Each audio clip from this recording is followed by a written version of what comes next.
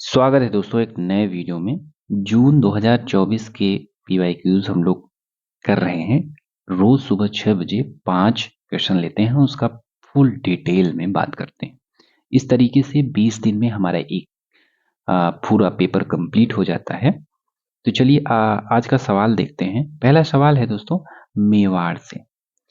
मेवाड़ से मेवाड़ के निम्नलिखित में से किस शासक ने संगीत राज, संगीत मीमांसा और सुर प्रबंध नामक संगीत विज्ञान से संबंधित 3 पुस्तकों का लेखन किया है? दोस्तों ये मेवाड़ से संबंधित प्रश्न है, जिसमें हम उत्तर के तौर पे लक्ष्य सिंह, मोकल, कुंभकर्ण या कुंभा या रायमल में से चुनेंगे। आंसर बताने के बाद इससे डिस्क्राइब करना आसान होगा।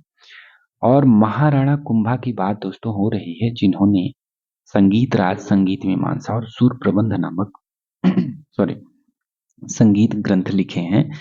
और इनके टाइम पीरियड की बात करें तो 1433 टू 1468 आता है।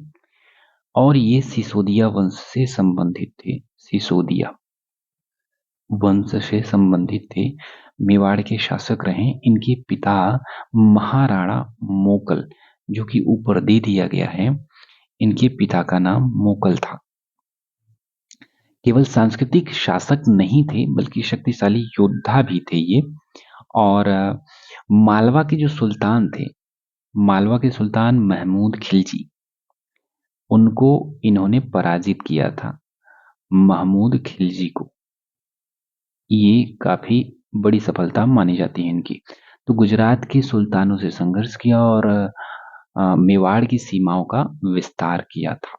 इनके समय में मेवाड़ एक शक्तिशाली राजपूत राज के रूप में उभरा था। साहित्यिक योगदान की बात जब करते हैं इनके दोस्तों, साहित्यिक योगदान में हमें ये संगीत राज, संगीत मीमांसा और सुर प्रबंध ग्रंथ मिलते हैं। जबकि अगर स्थापत्य की बात करें, स्थापत्य योगदान की बात करें तो 2 मिलता है प्रमुख रूप से। एक है कुंभलगढ़ का किला। और कुंभलगढ़ का किला महाराणा कुंभा ने बनवाया था, और यहीं पे विश्व की दूसरी सबसे लंबी दीवार भी बनी है। अरावली पर्वतमाला में स्थित है दोस्तों ये कुंभलगढ़ किला, और राणा प्रताप की जन्मस्थली भी यही है।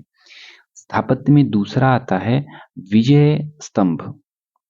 विजय स्तंभ इन्होंने बनवाया था चित्तौड़गढ़ में। चित्तौड़गढ़, ये चित्तौड़गढ़ दुर्ग में स्थित है और 9 मंजिला भव्य संरचना है। 9 मंजिला भव्य संरचना है, ठीक है। और स्वयं विद्वान भी थे, तो था ही ये शासक और संगीतज्ञ भी थे। तो महाराणा कुंभा के समय को दोस्तों मेवाड़ का सांस्कृतिक स्वर्ण युग कहा जाता है। ये भी सवाल कई बार आया है कि सांस्कृतिक स्वर्ण युग मेवाड़ का किसके समय को कहा जाता है? तो महाराणा कुंभा के समय को कहा जाता है। वर्तमान में बात करें तो राजस्थान के दक्षिण भाग में स्थित है, अरावली पर्वत पर। पहले इसकी राजधानी चित्तौड़गढ़ थी और बाद में इसकी राजधानी होती है उदयपुर, ठीक। तो इस तरीके से हमारा पहला सवाल कंप्लीट हो रहा है। सेकंड पे चलते हैं। दूसरा ये है कि निम्नलिखित को कालानुक्रम में व्यवस्थित कीजिए, पहले से बाद के टर्म में। तो हम शुरुआत से बात करते हैं। पहला पढ़ लेते हैं कि पंजाब का जो विभाजन और पुनर्वास कब हुआ था। नई शिक्षा नीति 2020 ये तो दे दिया गया है। प्रथम राज्य पुनर्गठन अधिनियम कब आया, और भारतीय अर्थव्यवस्था वैश्वीकरण कब आया, यानी एलपीजी की बात हो रही है, जो 1991 में आया था। ये हमें अच्छे से पता है, ठीक है। और पंजाब के विभाजन की बात जब होती है, ये 1947 में विभाजन के बाद ब्रिटिश भारत के पंजाब को 2 भागों में बांट दिया गया था। तो इसीलिए आज हमको 2 पंजाब देखने को मिलता है, पाकिस्तान का पंजाब और भारत का पंजाब। और वही पंजाब को बाद में 1 नवंबर 1966 को पंजाब से अलग कर हरियाणा राज्य बनाया गया था। ठीक है, तो ये 1966 हो जाएगा। नई शिक्षा नीति, न्यू एजुकेशन पॉलिसी जो कि 2020 है, ये 2020 हो जाएगा। प्रथम राज्य पुनर्गठन अधिनियम कब आया था? तो ये 1956 में आया था। तो भारत के राज्यों और केंद्र शासित प्रदेशों की सीमाओं को बदलने के लिए बनाया गया था। और इस अधिनियम के तहत देश में 14 राज्य बने थे और 6 केंद्र शासित प्रदेश यानी यूटी बनी थी। ठीक, तो इस तरीके से हमारा सवाल ये है, लेकिन इसमें क्रोनोलॉजी लगाना है तो सबसे पहले कौन सा आएगा? 1991 है, 1956 है, 2020 है, तो सबसे पहले सी ही आ रहा है। फिर आ रहा है 66 ए, फिर डी, फिर सी, फिर बी, CADB, CADB सही तो है, सबसे पहले आया था।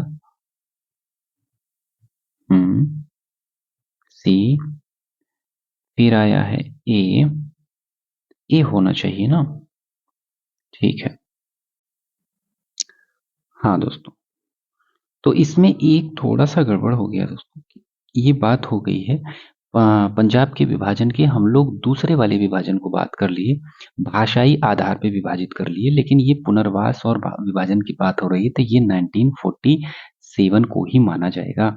बाद में 1966 में पंजाब का अलग से विभाजन होता है, तो इसलिए ए पहले आएगा, फिर सी, फिर डी, फिर बी।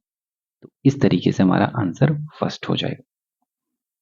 तो अगले सवाल चलते हैं, थर्ड पे है कि मुगल शासनकालीन शिक्षा के बारे में निम्नलिखित में से कौन सा कथन सही है? पहला कहता है कि पीटर मुंडी के बारे में बात है। पीटर मुंडी ने और पीटर मुंडी कौन था? पीटर मुंडी दोस्तों ये अंग्रेज यात्री था। ये आया था भारत में 17वीं शताब्दी में, जो कि जहांगीर के काल में था और शाहजहां के काल में भी थोड़ा रहता है। अपनी यात्रा में आगरा की शैक्षिक जो संस्थाएं थी उनका उल्लेख करता है। तो वहीं से सवाल ये है कि पीटर मुंडी जो आगरा में जेसुइट महाविद्यालय है उसका उल्लेख करता है, तो ये दोस्तों बिल्कुल ठीक है, हाँ उल्लेख करता है। दूसरा है माहम अनगा का मदरसा, जो एक मदरसा माहम अनगा ने बनवाया जिसका नाम खैरुल मंजिल था, इस नाम से वो प्रसिद्ध था।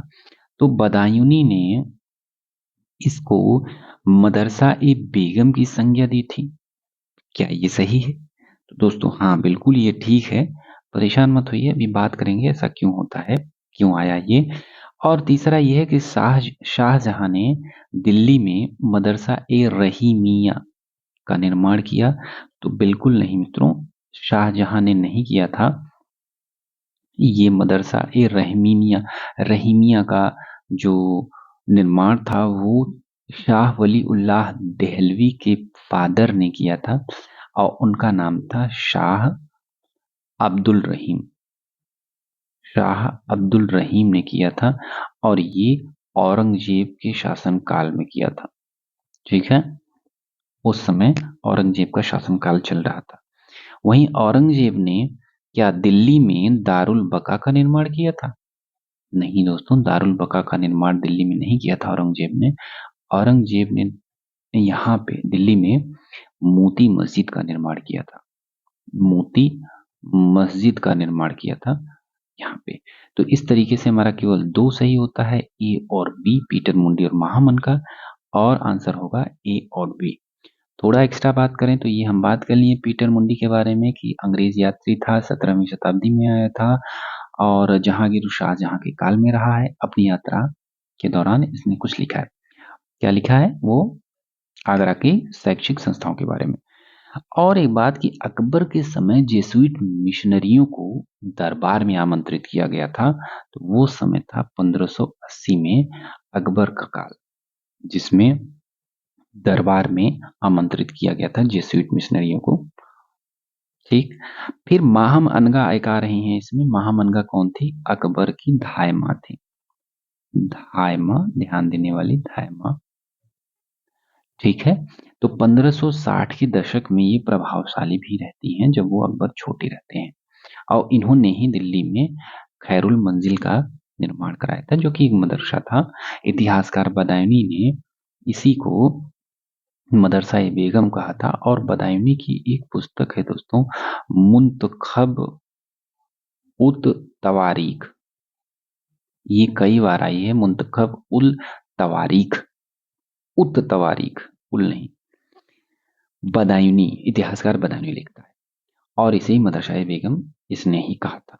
तो इस तरीके से हमारा तीसरा सवाल कंप्लीट होता है दोस्तों। चौथे पे चलते हैं।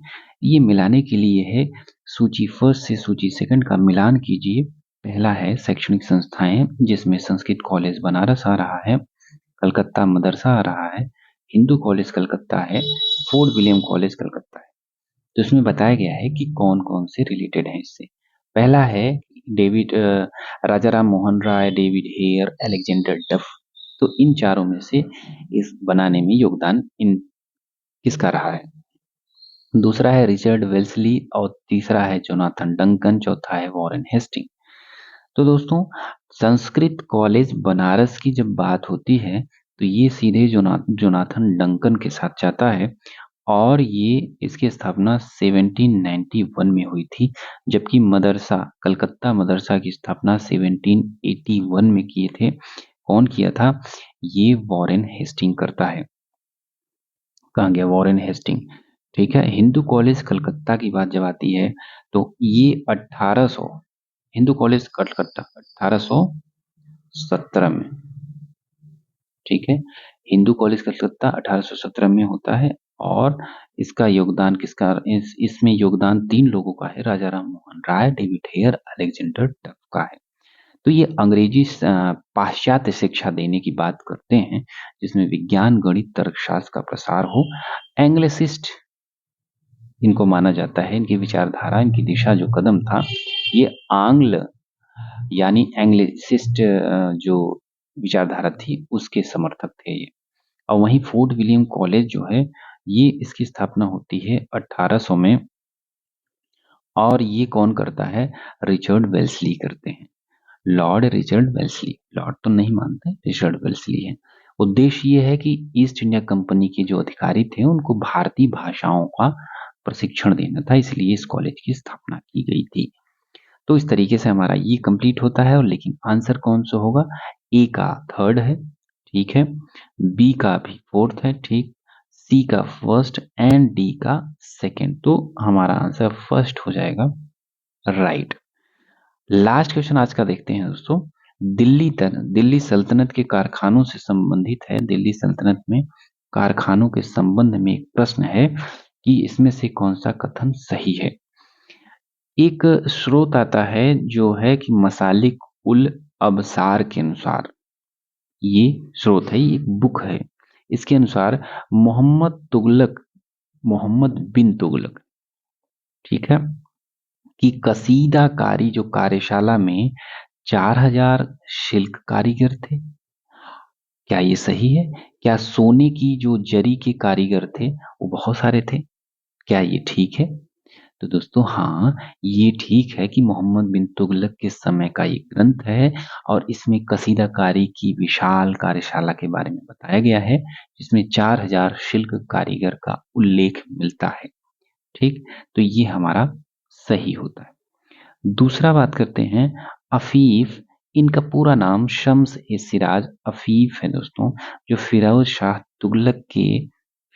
शाह तुगलक के शासनकाल में कारखानों का वर्णन करते हैं। ये बताते हैं कि कारखानों की संख्या 36 थी, इसलिए 100 गलत है। ये 36 बताते हैं, और अलग अलग स्रोतों में कुछ कुछ डिफरेंट डिफरेंट नंबर्स मिलते हैं, इसलिए ये हमारा गलत हो जाएगा। अफीफ जानकारी देता है फिरोज शाह तुगलक के शाही कारखानों की, ये बिल्कुल ठीक है, लेकिन जो संख्या है वो अतिशयोक्ति लगती है, 36 लगभग के आसपास है, ये 100 नहीं है, इसलिए ये गलत है। दूसरा, कुछ कारखाने रातीबी होते थे, यानी राज्य सहायता प्राप्त थे, और कुछ कारखाने स्वपोषित थे, गैर रातीबी थे। क्या ये ठीक है? हाँ दोस्तों, बिल्कुल ठीक है। रातीबी यानी राज्य से जो सहायता प्राप्त, जैसे आजकल कॉलेज स्कूल होते हैं ना, राज्य से सहायता प्राप्त और स्वपोषित, उसी तरीके से रातीबी जो कारखाने थे वो राज्य से सहायता प्राप्त थे, और अन्य कारखाने जो स्वपोषित थे वो गैर रातीबी कहलाते थे। ये बिल्कुल ठीक है। और तीसरा ये है कि जो गैर रातीबी में राजसी पोशाक बनती थी, ये पूछा गया कि क्या गैर रातीबी में राजसी पोशाक बनती थी, बैनर बनाए जाते थे, कालीन बनाने का वाले कारखाने शामिल थे? तो हाँ जी, बिल्कुल, ये गैर रातीबी में भी यही काम होता था। इस तरीके से ए, सी और डी हमारा आंसर सही हो जाता है, ए, सी और डी। और हमारा आज का वीडियो भी कंप्लीट होता है 5 क्वेश्चन का। तो दोस्तों लगे रहिए, पढ़ते रहिए और इससे रिवीजन करते रहिए, और जल्द ही हम कंप्लीट कर लेंगे अपना सिलेबस यानी पीवाईक्यूज का। उसके बाद थोड़ा बीच-बीच में एक-एक वीडियो कॉन्सेप्चुअल डालते रहेंगे, और जो भी आपको नहीं समझ आता है आप हमको बताइए, हम उसका अच्छे से बिल्कुल सरल भाषा में क्वेश्चन बना आंसर देंगे और उसको डिटेल में डिस्क्राइब करेंगे एक अलग वीडियो बना के। मिलते हैं दोस्तों कल सुबह 6 बजे, तब तक के लिए पढ़ते रहिए।